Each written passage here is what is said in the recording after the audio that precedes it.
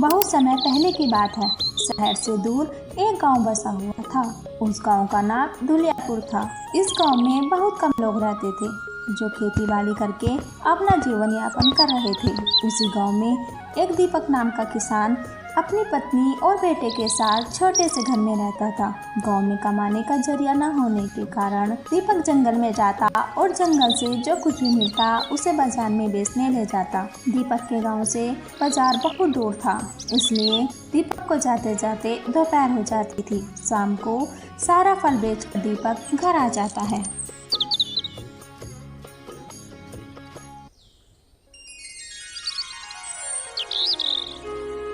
एक दिन दीपक अपनी बैलगाड़ी लेकर जंगल की ओर निकल पड़ता है। जंगल में पहुंचा तो पेड़ पर बहुत सारे रंग बिरंगे फल लगे हुए थे। अरे इस साल तो गर्मी के महीने में बहुत सारे रंग बिरंगे फल लगे हुए हैं। इस साल तो अच्छे कमाई हो जाएंगे और अपने कमाए हुए पैसे को इस जंगल में और आम का पेड़ लगा दूंगा, जिससे आगे आने वाले लोगों को बहुत लाभ मिलेगा। यह सोचकर दीपक आम तोड़ने लगता है। आम तोड़ने के बाद वह बाजार की ओर निकल पड़ता है। दीपक के फल बहुत मीठे होने के कारण पूरे बिक जाते हैं और कुछ पैसे से राशन लेकर वह घर की ओर निकल पड़ता है। ये देखो बबीता, आज काफी अच्छी कमाई हुई है। इस साल जंगल में बहुत मीठे और रंग बिरंगे फल लगे हुए हैं। ये तो देखो काले काले जामुन, तुम्हारे लिए ही लाया हूँ, खा कर तो देखो, बहुत मीठे हैं। अरे हाँ जी, देखने में तो बहुत अच्छे लग रहे हैं। आज रात खाना नहीं बनाऊंगी, यही से खाकर सो जाएंगे।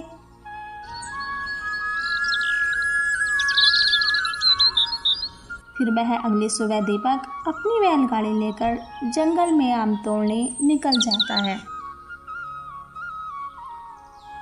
वहाँ देखा पेड़ पर एक भी फल नहीं लगा हुआ है। अरे ये क्या, पेड़ पर का सारा फल कहाँ चला गया? लगता है व्यापारियों को पता चल गया, इसलिए सारा फल तोड़ कर ले गया। हे भगवान, अब मैं क्या करूँ? अब अपना परिवार कैसे चलेगा? निराश होकर दीपक पेड़ के नीचे बैठ जाता है। कुछ देर बाद उसे नींद लग जाती है और वहीं पर सो जाता है। सोते सोते दीपक एक सपना देखने लगता है। एक गांव में एक बहुत ही गरीब किसान रहता था। वह हर साल अपने खेत में मेहनत करके फसल लगाता था, लेकिन बारिश न होने के कारण उसकी फसल सूख जाती थी। लेकिन वह किसान कहाँ हार मानने वाला था। वह खुदाल उठाता है और कुएं का निर्माण करने लगता है। पूरे 1 महीना काम करने के बाद वह आखिरकार एक कुएं का निर्माण कर ही देता है। तो देखा दोस्तों, समस्या से दूर भागकर कभी चिंताएं दूर नहीं होती। समस्या का हल निकालना सीखो। इस सपने से दीपक की आंखें खुल जाती है। हाँ, मैं सही सपना देखा। क्या हुआ, एक मेहनत बेकार हो गया तो मैं फिर से दोबारा मेहनत करूँगा और एक अच्छे काम करके दिखाऊंगा। तभी वहाँ एक साधु आ जाता है। अरे बेटा, मैं बहुत दूर से आ रहा हूँ, मुझे बहुत प्यास लगी है, क्या तुम्हारे पास पानी मिलेगा? बाबा, मेरे पास तो पानी नहीं है, लेकिन मैं सुना है इस जंगल से दूर आगे जाकर एक नदी है, वहाँ पर पानी मिल जाएगा। लेकिन मैं कभी उस नदी के पास नहीं गया, इसलिए नदी के बारे में हमें कुछ नहीं पता। बेटा, मैं बहुत थक चुका हूँ, अब और नहीं चल सकता। क्या तुम मेरे लिए उस नदी से पानी ला सकते हो क्या? ठीक है बाबा, आप यहीं बैठकर इंतजार कीजिए, मैं अभी पानी लेकर आता हूँ। दीपक पानी लेने नदी की ओर निकल जाता है। जब दीपक ने चलना शुरू किया था तो ऐसा लग रहा था मानो जंगल खत्म होने का नाम नहीं ले रहा था। नदी वहाँ से बहुत दूर थी।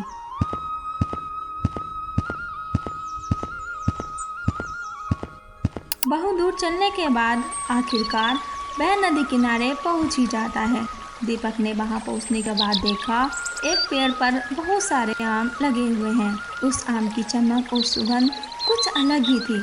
अरे यहाँ दूर दूर तक कोई नजर नहीं आ रहा है और न ही इस वृक्ष के अलावा कोई दूसरा वृक्ष है। इस अनोखा सा वृक्ष पर इतना सुगंध आम माना कोई स्वर्ग की राजा के लिए बनाए गए हो। चलो, यहाँ आने से एक तो फायदा हुआ, यहीं से आम तोड़कर बाजार में बेचने ले जाऊंगा।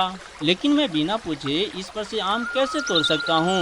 नहीं नहीं, मैं नहीं तोड़ूंगा, मैं जा रहा हूँ यहाँ से। तभी उस पेड़ से एक आवाज आती है। अरे दीपक, तुम कहाँ जा रहे हो? थोड़ा पानी मुझे भी पिला दो।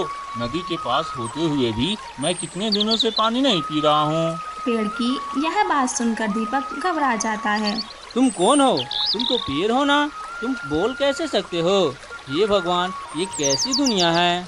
डरो नहीं दीपक, मैं तुम्हें कोई नुकसान नहीं पहुँचाऊंगा। मैं तो बस थोड़ा सा पानी मांगा हूँ।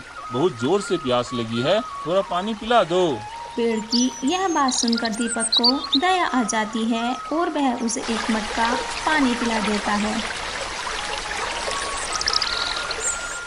ठीक है, अब मैं जा रहा हूँ। बाबा वहाँ इंतजार कर रहा होगा, उन्हीं के लिए यहाँ पानी लाने आया था। सुनो दीपक, तुम मुझे पानी पिलाकर दिल जीत लिया है। तुम हमारे यहाँ से जितना भी चाहो फल तोड़ कर ले जा सकते हो। तुम्हें कोई नहीं रोकने वाला है। दीपक पेड़ से कुछ फल तोड़ लेता है और वहीं चला जाता है जहाँ बाबा उसका इंतजार कर रहा था।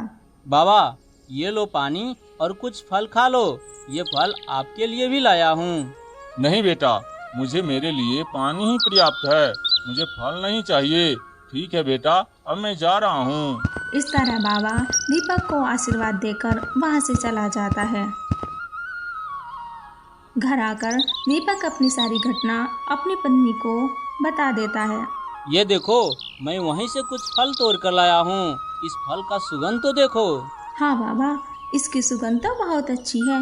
मन करता है अभी के अभी सारा फल खा जाऊं। नहीं बाबा, मैं खाने के लिए नहीं लाया हूँ, यह फल बेचने के लिए लाया हूँ। कल ज्यादा फल तोड़ कर लाऊंगा, उसमें से खा लेना। ऐसा कहकर दीपक आम की टोकरी कोने में रखकर सो जाता है। अगली सुबह देखा तो सारे आम सोने में बदल जाते हैं। अरे ये क्या? ये तो सारा आम सोने में बदल गया है। लगता है जंगल में वह पेड़ एक जादुई पेड़ है। हाँ, लगता है वो कोई जादुई पेड़ है। दीपक इतने सारे सोने को देखकर बहुत खुश हो जाता है। अब उसके परिवार में पैसे की कोई कमी नहीं रही और वह कुछ सोने को बेचकर अपना घर बनवा लेता है।